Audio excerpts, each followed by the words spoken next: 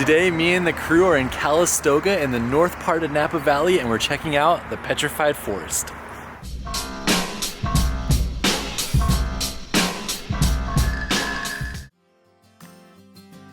To get to the Petrified Forest, it's about a 10-minute drive outside of the town of Calistoga to the parking area. The sign claims that they have the world's largest petrified trees.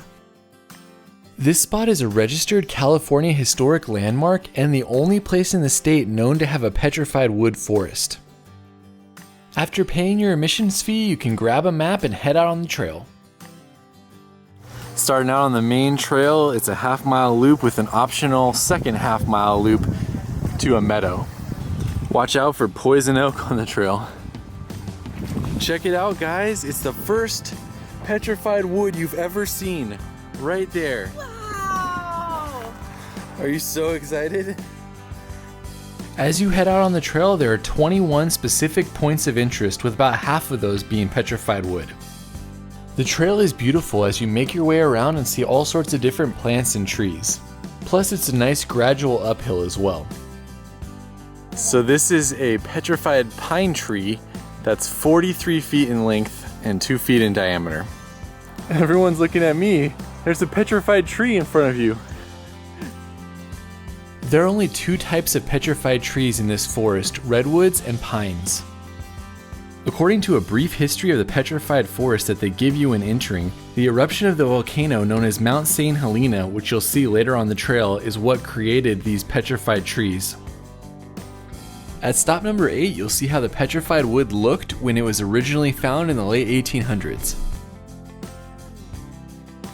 I believe these are the early settlers. They're a little tiny. Right before the junction with the second trail, you'll reach the first redwood that we see on this walk. So this is the giant, 60 feet long, 6 feet wide. There's Amy and the twins measuring how big this is.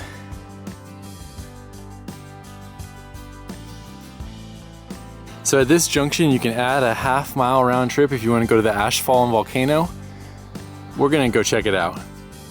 This short spur trail takes you to a nice overlook for Mount St Helena, but it's definitely one of the hardest parts to push a stroller on. We're heading to the volcano and the ash fall. So this is the volcano they promised us on the trail. It's pretty far away. But that's Mount St Helena. And this is the as promised ash fall. It's kind of hard to know what you're looking at as it kind of just looks like normal rock, but it's pretty cool when you read about it. The sign says that this area was created from the heavy material in the ash as it fell, and it formed these deposits. Leaving the ash fall and heading back to the main trail. Along the trail somewhere, we have lost a sock. That's what happens with babies though. We'll get it on the way back. Heading back to the main trail, we saw our next point of interest, the queen tree, which was 8 feet in diameter and has another tree growing out through it.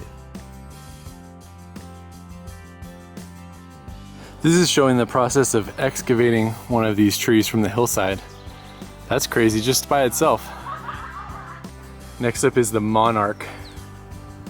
This one's crazy because it's a big petrified tree, but then there's like an actual live tree that's kind of growing out of it. There's the excavation process actually happening right in there. Supposedly this tree is one of the best preserved petrified trees in the world. See how far back that tree goes? And it comes all the way out here, goes all the way up to there. And then here's the full view with that live tree, and then going all the way down into that little cave we saw. According to this sign, this is where you would turn your wheelchair around. It's definitely a pretty rough path, even for the stroller, but I guess you could do it. The next set of trees were known as the twins, two redwood trees sitting right next to each other.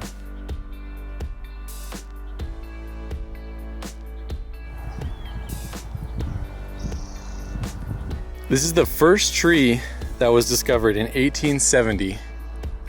It's definitely a pretty big tree, and it's been cut up as well. This tree was called the Robert Louis Stevenson tree because the person who found it gave a piece to the author in the late 1800s.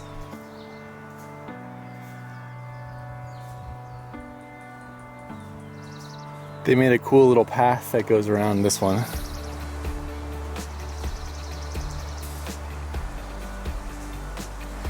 Here's the difference between preserved and not preserved petrified wood.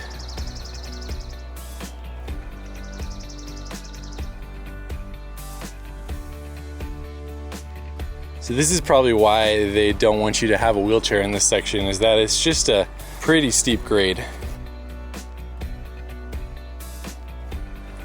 I think it's crazy that these petrified pieces of wood can have plants growing out of them. After walking down the steep grade at the end, we were back at the main house and finishing our time in the Petrified Forest.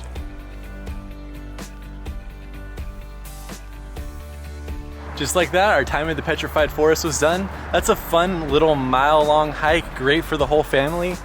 That's it for this video. We'll see you on the next one.